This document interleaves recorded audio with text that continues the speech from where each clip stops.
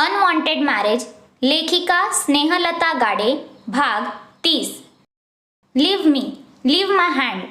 रुहानने जरा जोरातच शिवानीचा हात पकडल्याने दुखत होता. त्याने तिचं काही न ऐकता सरळ गाडीत आणून बसवलं नाही, सरळ ड्रायव्हर सीटच्या बाजूला नेऊन आपटलं. ओ माय गॉड, देशी कोंबडी इंग्लिश पण बोलते वाटतं. रुहान उपहासात्मक हसत तिच्या बाजूचा दरवाजा जरा जोरात आपटत ड्रायव्हर सीटवर बसायला गेला. सारखाच फडफड करणाऱ्या विलायती कोंबड्या, अजून ही कोंबडी बरंच काही करू शकते. तुला अजून माझा हिसका माहीत नाही. शिवानी अगदी रागात त्याच्याकडे बोट दाखवत बोलते. तसा तो त्याच बोटात आपले बोट अडकवून तिला आपल्याकडे ओढतो.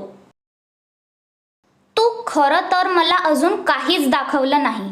No problem. तुझी हरकत नसेल तर माझं मला हवं ते मी पाहू शकतो. रुहानने नजर तिच्या हलक्या खाली ढळलेल्या पदराकडे पाहत डोळे मिचकावत बोलला. तशी त्याच्या नजरेला फॉलो करत तिने पाहिलं आणि लगेच झटका लागावा तशी सावरून बसली. आपला खाली सरकलेला पदर लगेच ठीक करत चेहरा फिरवला. निर्लज्ज, नालायक, मूर्ख, तुझी नियत मला काही ठीक वाटत नाही. हे बघ, मला जुडो, कराटे, बॉक्सिंग, कुस्ती सगळे प्रकार येतात. मला हात लावला ना तर मी हे बघ. अरे दूर राहा ना थोडा. ती बोलत होती आणि तो अजूनच तिच्या हातावर आपल्या बोटांनी नक्षीकाम करत होता, म्हणून पुढे काय बोलावं सुचत नव्हतं. चिल, अशीही तू माझी चॉईस असूच शकत नाही. माझी टेस्ट थोडी वेगळी आहे. तो आत्ताही निर्लज्जासारखा हसत बोलून गाडी सुरू करतो. ती मात्र बारीक डोळे करून त्यालाच पाहत होती. अजिबात ऐकत नव्हता तो तिला. बोलायला म्हणून आता नक्की त्याला कोणत्या भाषेत आणि काय बोलावं याचा विचार करत होती. अशी पाहू नको, प्रेमात पडशील. तो पुन्हा नजर रस्त्यावर स्थिर करत बोलला आणि त्याच्या त्या बोलण्याने आपली कालिका माता पुन्हा आपल्या उग्र रूपात आली. हे हॅलो, माझे इतकेही वाईट दिवस नाही आले की मी तुझ्यासारख्या लोफरच्या मागे लागेल.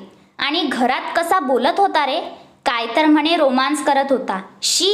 काय विचार करतील ते. बोलताना विचार करून बोलत जा.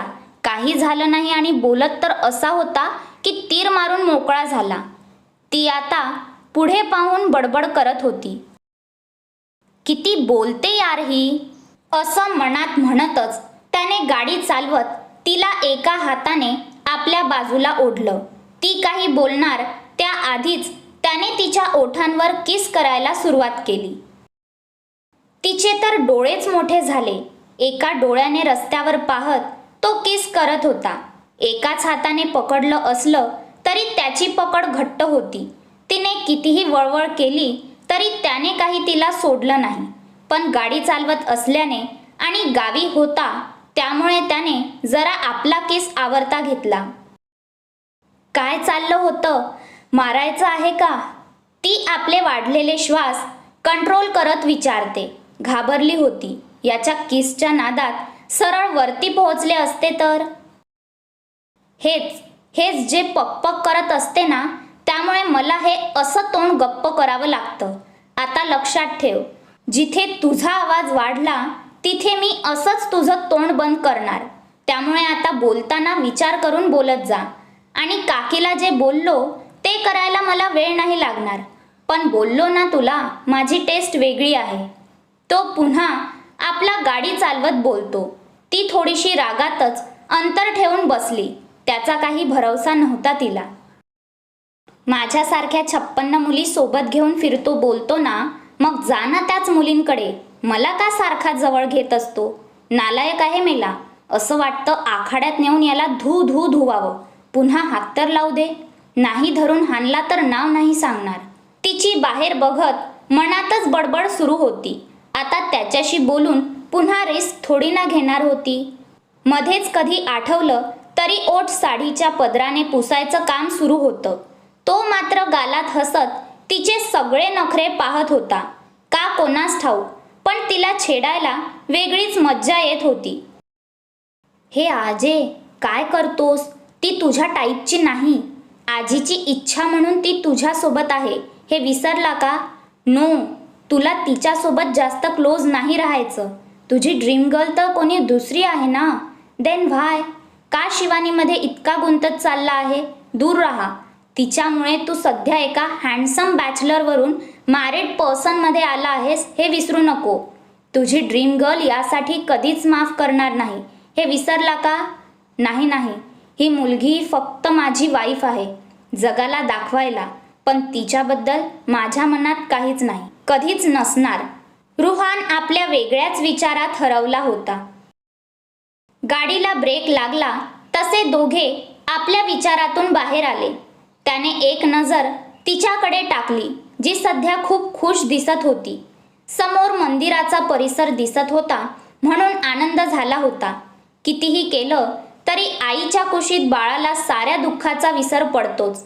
तसंच आता फक्त तिच्या डोळ्यासमोर तिला आईचं तेजस्वी रूप दिसत होतं. त्या हैवानाने इथे आणलं म्हणून जरा कमाल वाटली तिला. तिने त्याच्याकडे न पाहताच गाडीचा दरवाजा उघडून बाहेर आली. ओळखीची माणसं, आपला परिसर पाहून मनाला वेगळाच आनंद झाला. ती त्याला न पाहताच आता तिथून पळायच्या विचारात होती. 2 पावलं पळाली की पुन्हा कोणीतरी ओढल्यासारखं जाणवलं. गोऱ्या कपाळावर लगेच आठ्यांचं जाळं पसरलं. सून आहेस जाधवांची, बायको आहेस माझी. काही कॉलेज तरुणी नाही जी अशी उड्या मारत चालली आहे. गप्प माझ्यासोबत चालायचं, नाहीतर. त्याने आपले दोन्ही हात खिशात टाकत तिच्याशी नजर न मिळवता आजूबाजूला पाहिलं. ती आता त्याला जाब विचारणार होती की तेवढ्यात त्याने त्याच्या ओठांवरून जीभ फिरवली आणि इकडे तिला धडकी भरली. 4 माणसात याने काही केलं तर त्याची नाही, पण तिची इज्जत तर कमी होणार होती. त्याची इज्जत तिच्यासाठी कचरा होती. तिचं काय ते मोठी मिठाईवाली समजत होती स्वतःला. अगं बाई, तो खूप पोहोचलेला आहे. जरा जपून बोल, नाहीतर इथेच लोकांना हॉट सीन पाहायला मिळेल. तिने मानेला झटका देत पुन्हा 2 पावलं मागे आली. खांद्यावरून पदर नीट घेत अगदी आज्ञाधारी पत्नीप्रमाणे हात करून त्याला पुढे चालायचा इशारा केला. त्याने ओठांच्या कोपऱ्यात हसत पुढे चालायला सुरुवात केली. त्याच्या पावलावर पाऊल टाकत ती चालत होती खरी, पण मनातच शिव्यांची लाखोली त्याला वाहायचं काम सुरू होतं. देवीसाठी साडी चोळीची ओटी घेतली. पहिल्यांदा लग्नानंतर देवीच्या दर्शनाला आली होती. वेगळीच भावना मनात निर्माण होत होती.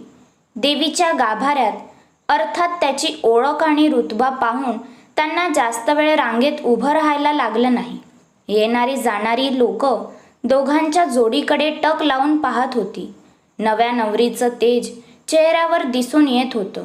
देवी आईला काही मागायचं नव्हतं, फक्त जे नशिबात आहे त्याला सामोरे जायची ताकद मात्र तिने मागितली. हे नातं निभावणं वाटत होतं तितकं सोपं नव्हतं. त्याने मात्र हात जोडून आईला नमस्कार केला.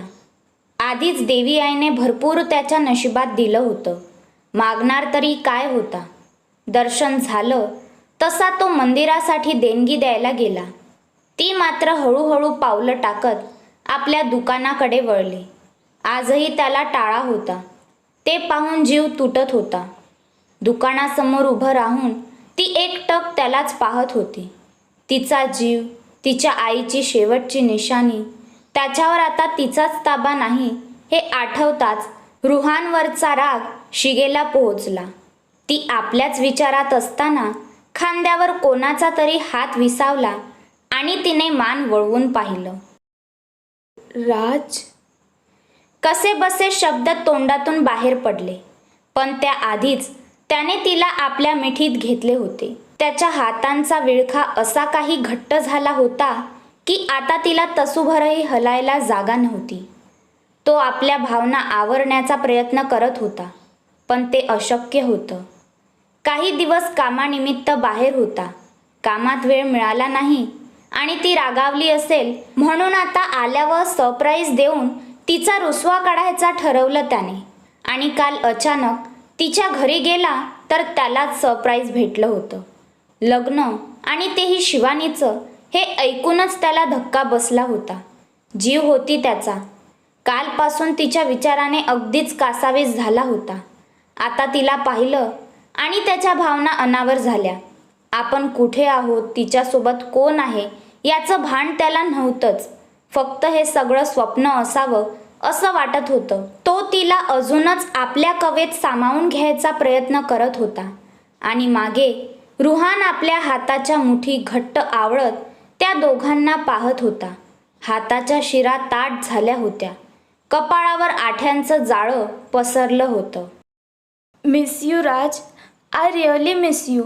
शिवानी रडतच त्याला बोलली. आणि आता मात्र याच्या रागाचा पारा अजूनच चढला. ताड ताड पावलं टाकत तो त्यांच्या दिशेने निघाला. दोघांच्याही हाताची पकड घट्ट होत चालली होती की तितक्यात शिवानीला कोणीतरी मागे खेचल्याचा आभास झाला. तिला तो आभास वाटत असला तरी तो आभास नव्हताच. तिला काही कळायच्या आत ती तिच्या राक्षस नावाच्या नवऱ्याच्या कुशीत होती. हे सगळं इतकं वेगाने झालं की तिला काही कळलं नाही. रुहान तिच्या गळ्यात हात टाकून अगदी ऐटीत उभा होता. एक हात तिच्या गळ्यात आणि दुसरा हात आपल्या खिशात टाकून अगदी निर्विकार चेहऱ्याने समोर उभ्या असलेल्या राजकडे पाहत होता. जणू आपल्या नजरेने त्याला जाळून टाकायचा प्रयत्न करत होता. राजही तितक्याच खुन्नसने त्याला पाहत होता. सोड मला, सोड. त्याची खांद्यावर असलेली पकड आता अजूनच घट्ट होत चालली होती. तो बोलत काही नसला तरी त्याचा राग त्याच्या स्पर्शातून कळून येत होता. सोड तिला. असं जबरदस्ती तू तिला स्वतःसोबत राहायला भाग नाही पाडू शकत. राज अतिशय रागाने आवाजात जरब आणत रुहानला बोलला आणि शिवानीचा हात धरून तिला आपल्याकडे खेचू लागला. रुहानने तिला तसूभरही हलू दिलं तर शपथ. मला काही हौस नव्हती तिच्यासोबत राहायची. तिलाच हौस होती ना माझी बायको बनून मिरवायची. दिली होती संधी तिला निघून जायची. पण नाही, तिला मोह झाला होता माझ्या संपत्तीचा की मग माझ्या या हँडसम लुकचा. म्हणून तर मी सोडून देत असताना तिला हे लग्न, हे नातं हवं होतं. सो आता तिची इच्छा असो वा नसो, तिला कायम माझ्यासोबत माझी बायको म्हणून राहावं लागेल. रुहान जे ठरवतो तेच होतं. रुहानला जे हवं ते तो मिळवतो. बाय हुक और बाय क्रूक. रुहान अगदी सहज बोलत होता. तू असं नाही करू शकत. ती माझ्यावर प्रेम. राज बोलतच होता की रुहानने त्याला हात दाखवून थांबवलं. डोळे आता आग ओकत होते. वायफी, निघायचं का? लेट होत आहे. मुंबईला जायचं आहे आपल्याला. विसरली का? राजला इग्नोर करून रुहान शिवानीला बोलला. मुंबई? शिवानी त्याच्याकडे अविश्वासाने पाहत होती. ही गोष्ट तर तिच्या लक्षात नव्हती. इथे राहून आपलं दुकान पुन्हा मिळवण्यासाठी प्रयत्न करणार होती. आपल्या वडिलांची काळजी घेणार होती. पण हा जे बोलत होता त्याने ती अजून आपल्या सगळ्या जीवाभावाच्या माणसांपासून दुरावणार होती. सो माझ्या प्रेझेंट आणि फ्युचर असलेल्या बायकोच्या एक्स बॉयफ्रेंड, आम्हाला निघावं लागेल. हां, भेटू लवकरच आमच्या मुलाच्या बारशाला. बाय. रुहान त्याला एक जबरदस्त स्माईल देऊन तिथून निघतच होता की पुन्हा राजने मागून आवाज दिला. तिचा पायही काही उचलत नव्हता. आता बरेच लोक त्यांच्याकडे पाहू लागले होते. तो शक्य तितक्या हळू आवाजात बोलला असला तरी त्याचे हावभाव रागीट होते. याला सांग इथून जायला, नाहीतर पुढच्या अर्ध्या तासात समोर जे तुझं दुकान आहे ना ते आगीच्या ज्वाळांनी जळून खाक झालं असेल. रुहान दातावर दात घासत चिडून बोलला. ही बया त्याचं काही ऐकेल असं थोडीच होतं. त्याने नको म्हणलं की हिने केलंच पाहिजे.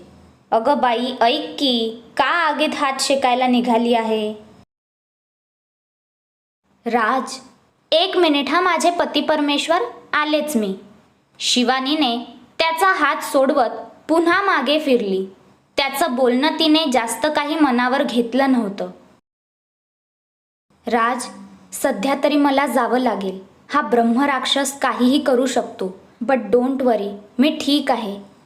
सॉरी, इतकं सगळं झालं की तुझ्याशी बोलायला वेळ मिळाला नाही. प्लीज मला विसरून जा. तुझ्या आयुष्यात पुढे जा. एक मैत्रीण म्हणून फक्त एक विनंती करेल की प्लीज काही दिवस बाबांची काळजी घे. शिवानीने बोलता बोलता पुन्हा त्याला मिठी मारली आणि त्याच्याकडे न बघताच सरळ गाडीच्या दिशेने निघाली. रुहान खाऊ का गिळू नजरेने त्यांना पाहत आहे या गोष्टीकडे त्यांनी सरळ दुर्लक्ष केलं होतं. तसा हा आगीचा गोळा आता पाय आपटत तिथून निघाला. ती आधीच गाडीत जाऊन बसली होती. त्याने गाडीत बसत जरा जोरातच दरवाजा आपटला. त्याच्या आवाजाने ती अजूनच घाबरली.